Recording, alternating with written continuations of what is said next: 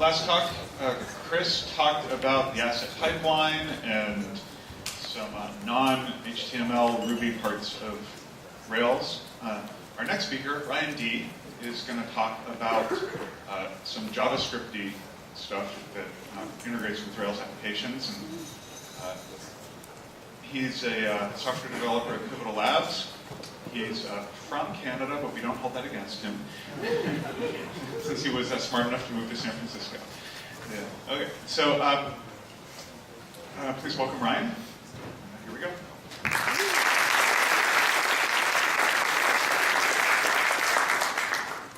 So I'm here to talk about Ruby, JavaScript, and the mobile web. I'm sure that a lot of you have played around with, some of the stuff that's out there on Android and iPhone devices. I'll talk a little bit about myself. Josh gave me such a great introduction. There's my GitHub. I work at Pivotal Labs. I've been doing Ruby on Rails programming pretty much the whole time I've been at Pivotal. They gave me a really great introduction to the whole web programming world. Prior to that, I had been doing graphics programming for about 7 years in the game industry. So I had a very different background before doing web programming. That kind of leads me to where I am and where things are in the web, especially with Rails, Ruby, JavaScript, WebKit. It's all really cool. Everything is changing, and it's a really exciting time to be building applications. So how did we get here?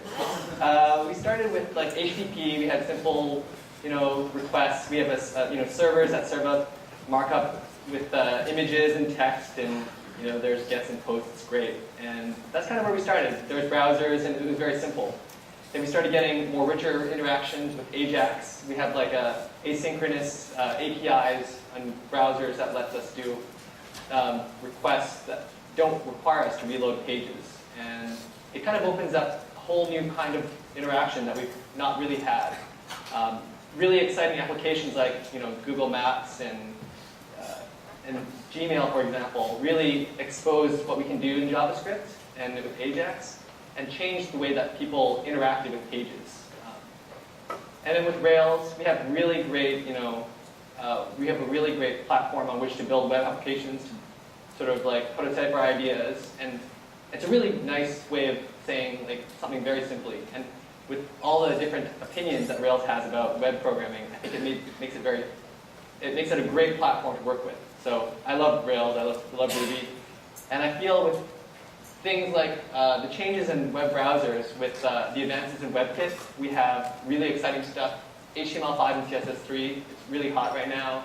But there's really exciting technologies, and it's all about bringing media from the servers, from content sources, to all the endpoints, to the end users, the consumers who are looking at all this stuff. And it's more than just text and images now. It's videos. It's really interesting communication. So it's changing a lot. So it's all about making really rich client applications and rich server applications. So we've had a really big growth of building server applications that scale out to millions of users, and there's all this great technology behind it. And now we're starting to see some of that stuff catch up in the client. Just now with changes to the web browsers. But how do we actually build rich clients? Well, it's really, we have JavaScript to work with because it's pretty much ubiquitous across all the platforms. We have HTML. It's pretty much the markup language we're going to use everywhere, and CSS or Sass. And we basically combine all these things with data from web services. So we might use XML, JSON, whatever flavor, however you want to read it. But basically, that's kind of how we're building all this stuff on the client. And we're doing a lot of this processing. JavaScript is kind of serving as the glue that binds all this stuff together. So the first thing I wanted to talk about, one of the tools I really like using for building these kind of applications, it's jQuery, and it makes the job really easy. It has a really great functional abstraction, and it wouldn't seem like it was a great idea at first, but after you use it for a while, it's great. And everyone loves it. It's become standard in Rails. There's a particular pattern that I really want to draw attention to, which is the comments pattern in jQuery, which is really interesting because it really lets you structure like asynchronous calls in an interesting way. So if you haven't really heard of this pattern or seen it, it comes from Common.js, and I believe it was implemented in Dojo first, and they called it Promise there. Now it's in jQuery since 1.5, and it's basically instead of when you have some asynchronous action, you have a promise object that you return, and you either resolve or reject that promise. And then you have some function, the then function, which you can add extra callbacks to say what you want to happen after that. So you can reorganize callbacks. In this example, I have I'm using jQuery to get two different URLs, and then when they both complete, I can deal with the response at once. So you can do all kinds of crazy stuff. You can chain them together. You can layer them. You can basically execute asynchronous actions when you want them to happen rather than whenever you have to. So it totally changes the whole playing field there. I just wanted to draw attention to that. So underscore, we talked about a lot of really great things in Ruby. These functional programming constructs. Underscore is a library that gives us a lot of these functions, like map, select, invoke, inject, reduce, everything, all that stuff. It's great. And it really helps you deal with collections much easier. So I highly recommend using this because of what is built on it, and that's Backbone. So has everyone here heard of Backbone or worked with Backbone before? There's a fair number of people, so it's great. Backbone is a lightweight MVVM client, MVVM framework. And by that I mean model view, view model framework. So we're pretty used to working with model view controller because we all have this background in Rails, most of us. And so doing this same kind of pattern on the client isn't really a huge stretch. We're really, we're just adding an extra layer, a different layer, but now it's on the client. And models kind of act the same way. They're the same models. It might be, the data source will probably come from JSON rather than, from something else. That's pretty standard. The views still sort of represent the same thing. Still HTML, CSS, think about it like that. Maybe templates, but that's further on. But the part where Backbone kind of differentiates is the view model, which they actually call their view, but really it's really just a value converter. So it's really kind of holds the state of a model, but it's not a permanent state that's written to. And you might do things like package the events from the browser and map them from a form into a model, based on the interaction event. So there's a lot to it there. But if there's something confusing in it, you can really just look at the Backbone source code. It's tiny, it's 4.6K, packed in gzips, and it's really easy to understand. So I advise you to just look at it. There are plenty of other frameworks out there that are really great. Backbone's one that I've used quite a lot on projects, and I just feel that I won't say anything about the other frameworks because I haven't worked with all of them, but this is a good one to start with. And I feel that as Rails programmers, we have a lot of common similarities with the way that this library works. So getting into it, how do we actually put it together? How do we make building these complex model view, view model, client-side applications, and then tie that into what we have in Rails? Well, we have what we have in the server side. We have, we have ways of really, creating pages and then sending them over to millions of clients. And then we have to do a lot of customization. We have to rely on a lot of JavaScript for that.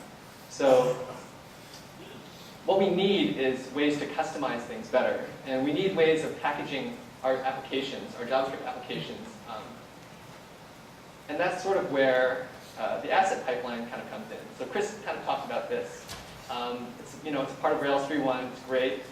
I think it does need a lot of work to become totally polished, but I've been using it for the past little while, and I have to say that there's a lot of really interesting ideas, and I think it's really going to be the future of things. Avi Bryant kind of talked about this at Build Ruko last year when he mentioned that we need more kind of tool support from Rails to build these kind of richer applications. And I think this is just the beginning of some of that stuff. And the two things I kind of want to draw attention to in the asset pipeline that are interesting to me are sprockets, which basically, it's It's the dependency management system. It's kind of like, it says where you want to put your JavaScript, what the ordering is, what kind of other processing you need on it, if you need to minify it, if you need it transformed, where it needs to actually live for caching, all those kinds of things. And then SCSS, which Chris already talked about, which is great also. I love both these things. And I think they make it a lot easier to build these kind of applications. Other things that really help out, of course, with all this Rack middleware, we have all these applications that we can build. Rack middleware really helps to create, build up these services that we need on the server side quickly. So, things like I found Sinatra very useful for rewriting APIs if I needed to change specific things. Also, you could, if you have different versions of APIs, I found it nice to sort of write simple Sinatra applications that kind of wrap each version of an API. And that way I could pull them in and out. And with Rails 3.1, it's really easy to mount these Rack applications to any URL you want. And it's very simple. Other Rack middleware worth mentioning here, Devise, I've used it for authentication, just saves me time. Don't want to have to write any of that code anymore. Other gems, Rescue, OmniAuth, Defeus, VCR, these are all really great resources and are extremely useful in building these kind of client-side applications. Because a lot of the stuff I'm trying to focus on is mostly, really cool client-side interaction. And, there's a lot of stuff the server needs to do. We need to perform asynchronous actions with some remote service, so we might use Rescue for that. I might need to have authentication with Twitter or Facebook, and I really don't want to write any more OAuth. Great, I don't have to do that anymore. And if I need to write many parallel requests to Defeus, it's really good for doing that. Based on libcurl, it's awesome. You have to use it. I think it's great. And then to test all this stuff, you can mock all these test responses out with VCR. So it's just a good combination of things. And these are all Ruby side things, tools that are really useful. So where does this all start? Well, first we have to basically turn all our models, in our Rails applications into JSON. I like using serializable hash and presenter objects. If they're more complex, you turn them into JSON. So I have an example of a Rails controller here that you might write. You're just going to write something really simply. You're going to follow RESTful conventions. You're going to, in this example I have two actions. I have index and show. And I'm just, converting these things directly, from their active record representations, from whatever database they're in, and whatnot, into JSON. And it's pretty simple. I like how declarative it is. It's easy to follow. They don't really... Your controllers don't need to be much more complex than this, really. So how does this tie in with Backbone? Well, with Backbone, for a single model, you might describe the URL root. And if you use URL root in this case, when you create a cat model and you give it an ID, it'll automatically know how to get how to get itself from your Rails controller. For a collection, you would use the URL property. Another way to do it would be you can actually supply a function and do something more complex. So if you had nested resources or things that are dependent on other kinds of database IDs, you can actually build that up programmatically rather than in the way that I have here. So the point of this is to really embrace asynchronous JavaScript. So in the old style of building applications, we kind of have single HTTP response or request and response, and it's kind of user-driven. A user interacts with the form, and they submit the form, they get a response back from the server, and it's displayed in the browser, and it's kind of done. You look at that, that's it. In the new sort of style of applications we're seeing, it's pure JavaScript. It's all evented. We have asynchronous AJAX events going out, fetching different pieces of data. We have other events coming in from the browser, like click events or hover or touch, which might cause different things to happen. Then we have to synchronize all these things. And this might happen more than once. So we have this really rich experience that's totally different. And you really have to be able to organize all this asynchronous stuff in your head. Otherwise, you just go crazy. So using Backbone with MVVM events. It's really helpful to use some of the stuff that Backbone has built. They have a event system built in that basically deals with the lifecycle callbacks of models. So you have simple things like add or remove, or you have reset, change. These are all like Backbone events that are present. These are great for synchronizing into your views that you'll need when you get data from the server. So here's an example of using like a model change event. So there's different ways to do this, of course. In this case, in this example, I'm instantiating like a cat model, and then I'm binding the change event, which adds this asynchronous function, and then I'm changing like this div based on the value which I get. I could like read from the cat model itself to change the value based on that, but in this case, it's just a simple append. And then at the end, I fetch.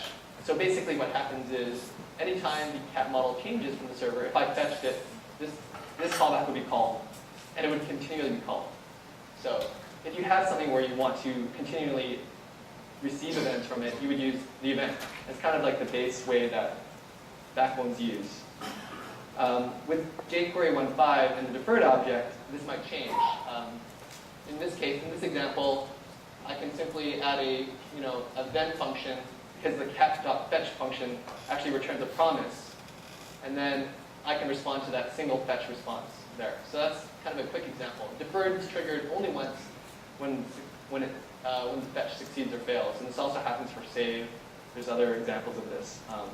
But the thing I wanted to draw attention to is you may not always want to use just the single fetch deferred. Sometimes you might want to use a change event because you may have it attached to like a set interval, and you may update your model continuously. So in that case, an event would make more sense. A lot of the times, though, you can use like just the simple like deferred object that's returned by fetch. Now collections are pretty much the same, except they're relying on the reset event. So in this example, I have the cat's pulling from reset, and it's actually changing based on the cat's name.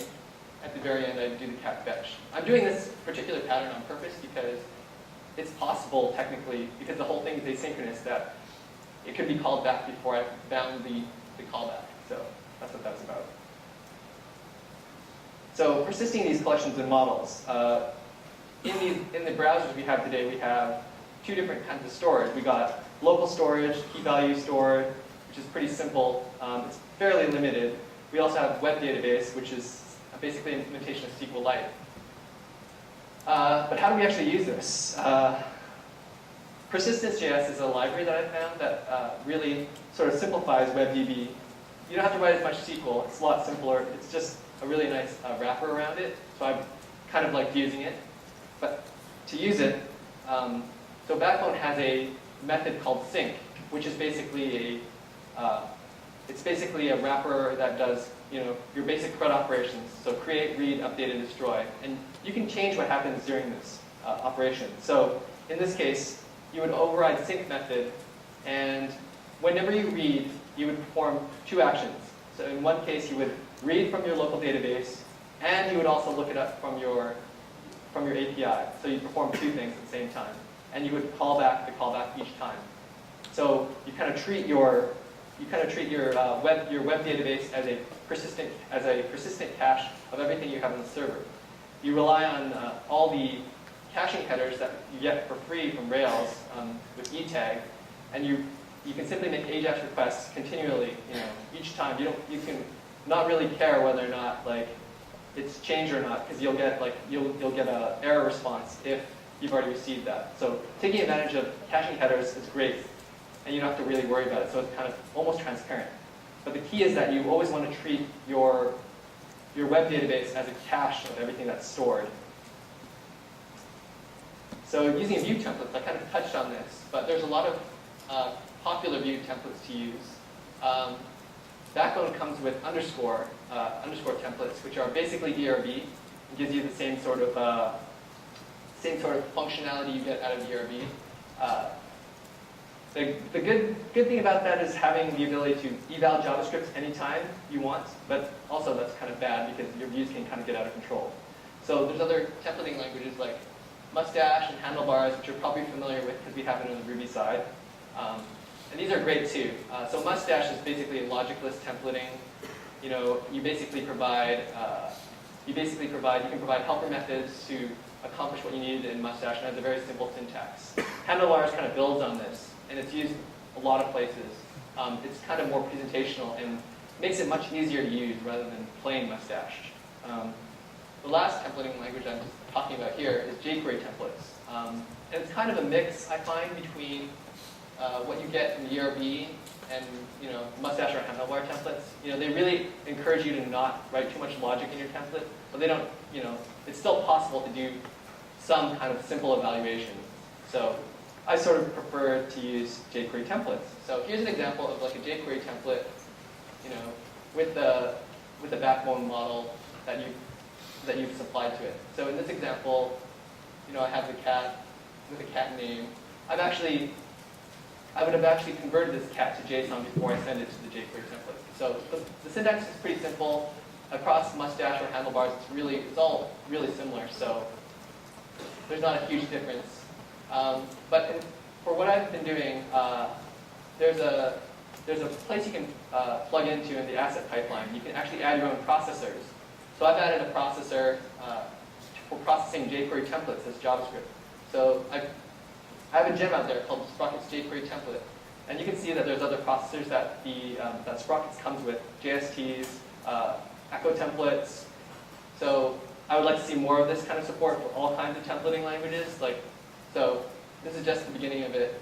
It works really nicely because it evals the template, and you don't have to basically have strings all over the place in your JavaScript. So you can just kind of place your templates inside of a directory and have them named by their path, which is kind of nice. So you can check it out. It's on my GitHub. Here's an example of a view using jQuery templates. So I'm constructing like a view model, a backbone view here, essentially. And the thing to look at is really the render function, where it basically grabs the collection, which is this collection of cats, renders the template, and then appends it to the element of the view. So there's plenty of other backbone examples. This is a really quick one. At the very end, I kind of bind the reset event. So whenever the collection of cats is fetched, this view would be re-rendered at that point in time. So this is a super simple example of how you might write it using jQuery templates. And this kind of model of re-rendering content on like big changes is like much faster for these browsers, especially on mobile browsers. You don't want to be doing a lot of DOM manipulation or searching.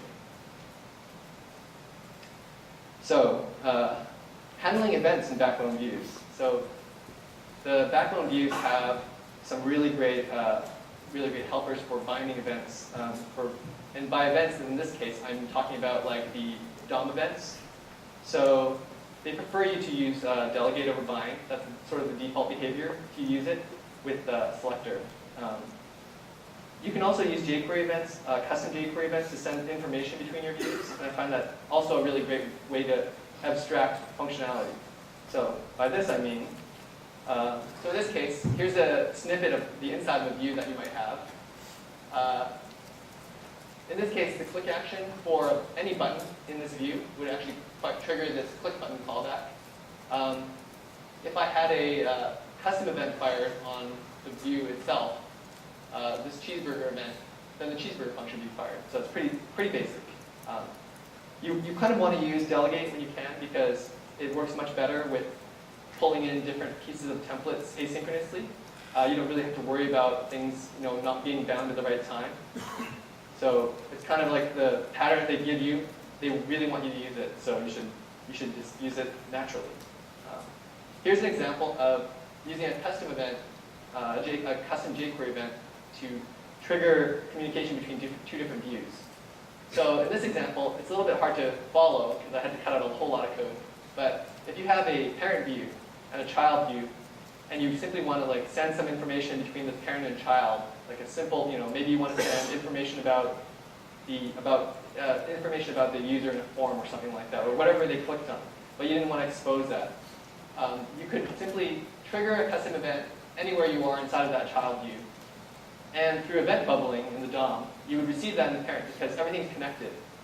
So taking advantage of event bubbling, custom events here, really lets you separate all those views out. I could take my child view, I could attach it to some other parent view, and I could use it, in the same way. If I didn't define that event, then I could skip having to have that functionality respond, or I could add that same functionality and have it respond the same way that I do in this parent view case. So it's really an interesting way to kind of separate your views out, as well as have reasonable mechanisms of communicating between them. So you can see that I've kind of talked about all this stuff. The whole client side, JavaScript, which really helps. But how do you make this work on mobile platforms? So the first thing is really, we've got to use the browsers that we have inside of the mobile platforms using embedded WebKit views.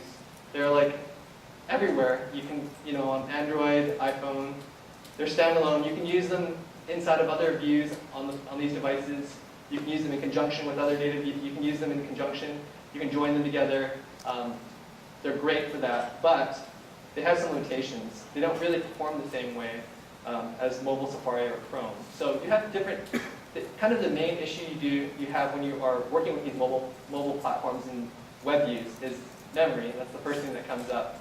And then the performance of having to load and eval this JavaScript and all this code all at runtime. So there's some problems with doing that, and it's not perfect,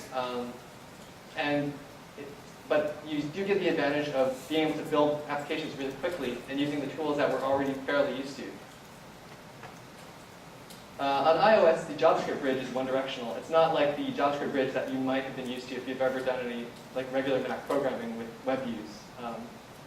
You can use JSON as a way to pass really complex information between languages. I find that passing simple data types like strings and integers is the way to go. If you need something more complex, you can always send information using JSON. So on iOS, if you need to send code between different languages, from Objective-C to JavaScript, just use string by evaluating JavaScript from string, which is your typical Objective-C method name. That will basically eval it in the context of the web view at that point in time. You kind of can't really pass really complex things, so JSON is a really great representation you can use, as I mentioned already. And then if you want to send information back, well, you kind of only have one choice, and that's handle open URL. So you kind of define this method on your web view delegate, and whenever URL changes, you can catch those things, and then you can basically call other things in Objective-C from that. So in this example, I'm creating in JavaScript, I'm creating an image. I'm pointing to some custom source URL, which has my own custom protocol, which I'm going to separate by colons, and then I can read that inside of Objective-C. It's kind of not the greatest way to pass information, but it is a way that you can do this. So it's possible. The Android JavaScript bridge is a little bit easier to use than the iOS one. You get this nifty method called add JavaScript interface, which lets you expose Java classes directly in JavaScript. The limitation of this is that you can't really expose anything you can't pass more than simple types like strings and integers back and forth. But that's not really a problem. If you need to send information from Java to JS, I'm not sure if I have the arrows all correct, but anyways, you would use OpenURL, and you basically open a URL that points to that has JavaScript in it. So in this example, I have a web view loading the URL, JavaScript alerting cats. It's the same thing using simple data types, numbers and strings, and JSON as a way to pass data between languages. So web views are great for all these things. You can do more complex things. If you needed to do something that was fairly computationally expensive, that was too expensive really to do in the client in JavaScript, you could send that over and you could perform that kind of calculation in Java or in Objective-C if you really needed to. So they really give you access to things that you don't normally have access to. So for example, you might not have access to camera, or you might not have access to storage, or that kind of thing. You can write these kind of simple language bridges. You can use promises to basically handle the asynchronous action between them and synchronize everything. So it's great. I think everyone should take a look at trying to build this kind of thing, because once you go through sending pieces of data from JavaScript to Java or iOS, Objective-C to JavaScript back. You can see how this all works. There are a lot of other libraries built on this. PhoneGap's one that kind of exposes some of these things, that gives you kind of a cross-platform experience for manipulating, some of the things that you have on a phone, like camera, as I mentioned, GPS, that kind of thing. It's a really great library, and I think if you have to build anything for these phones, you should really consider it. So another great thing about these web views is that they support some new technology that we don't have in browsers everywhere. They support like in iOS we have WebSockets support, so we don't have to, poll anymore when we need to pull information from the server. Instead, we have this bidirectional channel that we can, we can open up and send over HTTP. It's built on HTTP and acts the same way as HTTP, so we can encrypt it, we can load balance it, we can do all these kinds of things that are really interesting with HTTP, but we don't have to really rebuild all this stuff from the ground up. And it's already going to work everywhere because it's already on all these devices. So to build this kind of stuff in the server, you might use something like EM WebSocket.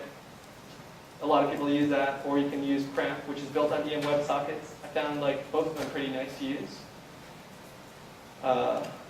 So using WebSockets with Backbone, it's pretty easy. As I mentioned, with the sync function, you would simply override that and change, respond to a few messages. You would respond to on socket, on message, on socket open, on close, and you get all that behavior. But what about the future? There's more than just what I've talked about. There's things like WebGL. So OpenGL is a standard that has been on desktops and game consoles for a really long time. And basically, it's a abstraction around the hardware layer that converts a scene into drawing commands. And we're starting to see this kind of functionality appear in the web in the form of WebGL, which is an implementation of OpenGL, OpenGL 2.0 ES. And this is really changing how we can structure things. We might start out with model, texture data, scenes. Those are the old constructs of what we might send in JSON data, but we can now pass that through. Now we have shaders, which are basically programs that we can send to the GPU that interpret that data and reformat it, represent it in a different way. And that gets translated into drawing commands, which everyone can see, which is really pretty. So it's all about the rendering pipeline, serving it up from your application, which can be some remote application, and then drawing and sending these shaders, which themselves can be composed and built up by your server. Then they get sent to the GPU and get interpreted. The final aspect of this is the whole rasterization process, which renders the canvas to the DOM. And the really cool thing about this is that the canvas is a DOM element like any other. It can be transformed by CSS. It interacts the same way with all the existing events. So you can kind of build all the things you already know about the DOM into these kind of canvases. So in this example, I have a really simple WebGL example of this cat model. And I'm using 3JS in this example, so I didn't have to write all the shaders myself. But this is just a really simple example of what you can do and what's possible. So WebGL, unfortunately, isn't actually available in all the browsers everywhere. It's available on browsers on most computers. WebKit, in Chrome, Safari, Firefox, Opera, I believe. But you don't really have this in iOS yet, and it's not existent in Android. In iOS, this might come in the form of iAds. Can't really claim anything, but when that comes out, we'll know for sure. But this is sort of the way that the technology is trending, and I believe, in a few years from now, everyone will be doing this kind of thing. We'll be doing much more complex rendering through this kind of platform of using WebGL, sending shaders, sending this data down, and it's all totally different. It's more than just a DOM. It's incorporated into the DOM, but it's a totally different presentational layer than we're used to. And we need tools to organize all this code and make it work. So the mobile web, as I see it, is really a conglomeration of all these different languages all at once, and knowing everything all at the same time. Basically, we have Ruby and Rails to build our server backends. and map out to different APIs and to different services. Then we have Backbone and jQuery on the client side to build out these MV model view model kind of layers to help us create really rich abstractions.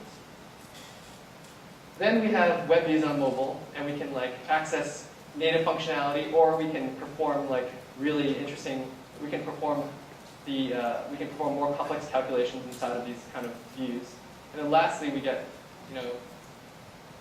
these new changes that are coming in from HTML5 web standards. So I think it's a really exciting time to be doing web development. I think there's a lot of client-side code that we can build, and this is just the beginning. So this whole presentation, if you don't believe me, is built in Rails 3.1. You can see it. It's on GitHub, and it's hosted on Heroku. It shows exactly how I use all these components. It's built on Backbone. It's built in Rails. It has it's viewing the Markdown and reinterpreting it as HTML. And there's also the WebGL example, so you can take a look at it. But I would try it only in Safari because that's all I really kind of got it working for. Anyways. Unfortunately, no time for questions today.